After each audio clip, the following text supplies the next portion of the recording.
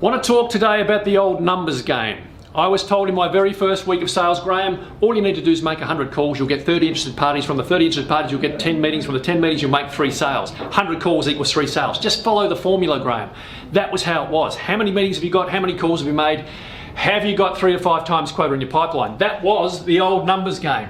Of course, we all know those numbers are now ancient. That's old-fashioned measurements, right? We're going to focus on some new numbers. Here's some numbers for you. In fact, they're not numbers, they're percentages. Have a think about these ones. 87% of B2B buyers begin their buying journey online. They're doing their research first, right? We know this is true. We all do it in a B2C context as well. 82% of B2B buyers surveyed by Harvard Business Review recently said that the winning vendor's social content had a significant impact on decision making.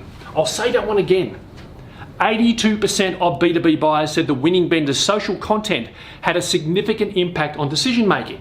That's critical. You've got to have a content strategy. That's how we get attention. That's how we start conversations now. 82%.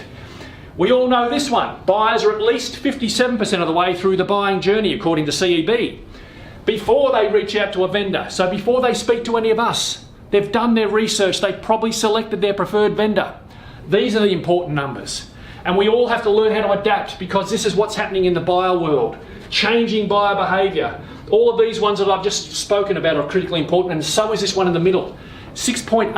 I think that's been ratcheted up now to about 10. That is 10 people involved in the average purchase decision process, the buying center. All of these are the new numbers. I suggest that we focus on these 3 really critically important numbers now in the sales department. First and foremost, lifetime customer value. We all know buyers expect to be taken on a long-term journey. They expect recurring value from their vendors, their suppliers now. Lifetime customer value. Couple that one with cost of customer acquisition. That ratio used to be 3 to 1. 3 to 1. It's now about 9 to 1. So we have to be conscious of those 2 critically important numbers to run a successful business in 2020 and beyond. The other one that goes with those, of course, is churn mitigation, net retention. How do we make sure we're not losing customers? These are the new numbers, the important new metrics that we have to focus on these days. Here's why. Because we all know, don't we, that what gets measured gets managed. And we're measuring the wrong things. Look at this table very briefly. Management hopes for customer centricity. Yes, Graham, yes, we're very customer centric, but we reward quarterly and monthly behaviour, short-term revenue attainment. We hope for teamwork and an inclusive culture, but we reward individual effort. And we hope for quality customer engagement, that's what management hopes for, but then we're also rewarding 3 to 5 times quota, we're rewarding quota crushes, all of that old-fashioned stuff. We have to shift the numbers, shift away from focusing on the wrong numbers and focus on the right numbers.